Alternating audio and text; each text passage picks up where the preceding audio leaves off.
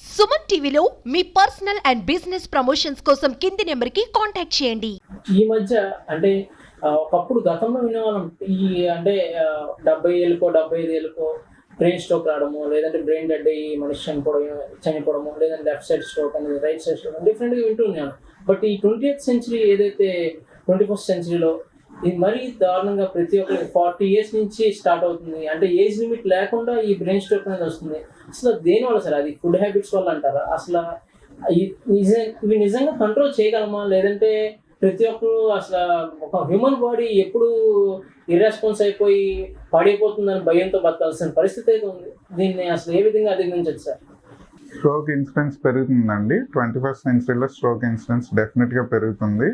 స్ట్రోక్లో again 2 types ఉంటాయి: ischaemic stroke, haemorrhagic stroke. So మన బ్రెయిన్లో ఉండే బ్లడ్ క్లాట్ అవ్వటం వలన స్ట్రోక్ రావచ్చు, బ్లడ్ వెజల్స్ చిట్లి బ్లీడ్ అవ్వటం వలన కూడా స్ట్రోక్ రావచ్చు. హెమరేజిక్ స్ట్రోక్స్ అంతగా పెరగట్లేదు, బట్ క్లాట్ అయ్యే స్ట్రోక్స్ చాలా ఎక్కువ అవుతున్నాయి. యూజువల్లీ స్ట్రెస్ కానీ, ఫిజికల్ ఎక్సర్సైజ్ లేకపోవడం, ఆహార నియమాలు ఇవన్నీ కారణాలే. So my healthy living style is the only thing we can do for stroke prevention అండి. స్ట్రోక్ వచ్చాక అనే దానికన్నా రాకుండా చూసుకోవాలనుకుంటే అసలు ఏం పాటించాలి? రెగ్యులర్గా ఎక్సర్సైజ్ చేయడం అండ్ హై ఫ్యాట్ డైట్ని అవాయిడ్ చేయడం, అవసరానికి తగ్గట్టు ఏమైనా స్క్రీనింగ్ టెస్ట్లు అవసరానికి చేయించుకోవడం. ఏమైనా చిన్న చిన్న సిమ్టమ్స్ వస్తాయి. చాలా మందికి పెద్ద స్ట్రోక్ వచ్చే ముందే వార్నింగ్ సైన్స్ వస్తాయి. యూజువల్లీ ఒక 1 minute కాలు చేయి పని చేయకపోవడం, ఒక 1 minute మాట తడబడటం, కొంచెం సేపు కాలు తిమ్మిరిలా అనిపించడం, ఎక్కువ శాతం 90% వాటిని మనం నెగ్లెక్ట్ చేసినప్పుడు స్ట్రోక్స్గా మారుతాయి. వచ్చే నెక్స్ట్ 3 నెలల్లో ఆ కంప్లీట్ పారాలిసిస్ కానీ, పూర్తిగా కాలు చేయి పని చేయకపోవడం స్ట్రోక్. సో వార్నింగ్ సైన్స్ని గుర్తుపట్టడం చాలా ఇంపార్టెంట్ అండి. దాని ద్వారా మనం పెద్ద స్ట్రోక్స్ని ప్రివెంట్ చేయొచ్చు. కొంతమంది అంటే బ్రెయిన్ స్ట్రోక్ వచ్చిన వెంటనే టైంకి సకాలంలో రెస్పాండ్ అయ్యి బతికిన వారు ఉన్నారు, సకాలంలో రెస్పాండ్ అయ్యి కొద్దిగా దాని నుంచి బయటపడిన వాళ్ళు ఉన్నారు, బట్ లేట్ అయ్యి ఇబ్బంది పడిన వారు ఉన్నారు. సో బ్రెయిన్ ఈజ్ టైం అంటారు. సో దేనికని సార్ అసలు దీని ఈ యొక్క ప్రోవర్బ్కి అర్థం ఏంటి సార్? అవునండి, టైమ్ ఈజ్ బ్రెయిన్ అని అంటారు. స్ట్రోక్ వచ్చిన తర్వాత ప్రతి ఒక్క నిమిషానికి సరాసరి 1.9 million న్యూరాన్స్ మనం కోల్పోతాం.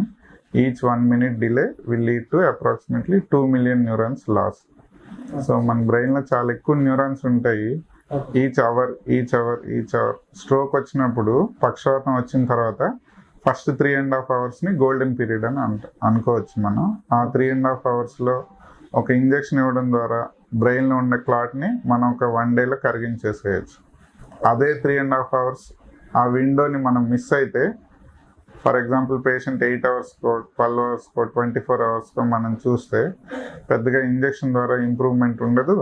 అండ్ మేబీ అతను ఇంకో సంవత్సరం పాటు బెడ్ రిస్ట్రిక్టెడ్ మంచానికే పరిమితం అవ్వాల్సి రావచ్చు. సో ఆ 3 hours, 4 hours మనం డిలే చేయటం వలన 3 days ఇంప్రూవ్ అవ్వాల్సిన ప్రాబ్లం 3 years కూడా పట్టచ్చు. సో ఆల్వేస్ స్ట్రోక్ విషయంలో మీరు అన్నట్టు టైమ్ ఈజ్ బ్రెయిన్ అని అంటారు. మనం టైం లూజ్ అయితే బ్రెయిన్ లూజ్ అవుతున్నట్టే, అందుకే టైమ్ ఈజ్ బ్రెయిన్ అని అంటారు.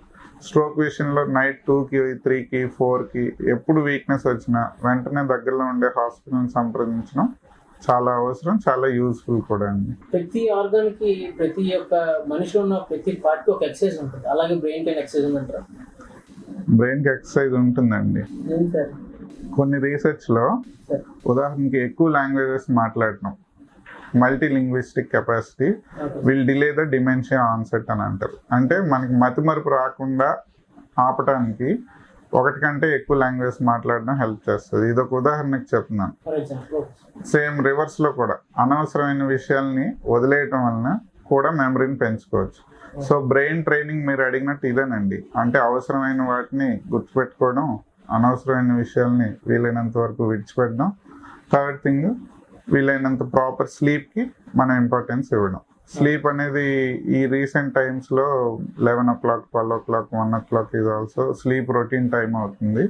స్లీప్ తగ్గే కొలది మనకి బ్రెయిన్ హెల్త్ తగ్గుతుందండి. ఈ 3 విషయాలు మనకి బ్రెయిన్ హెల్త్కి యూజ్ అవుతాయి.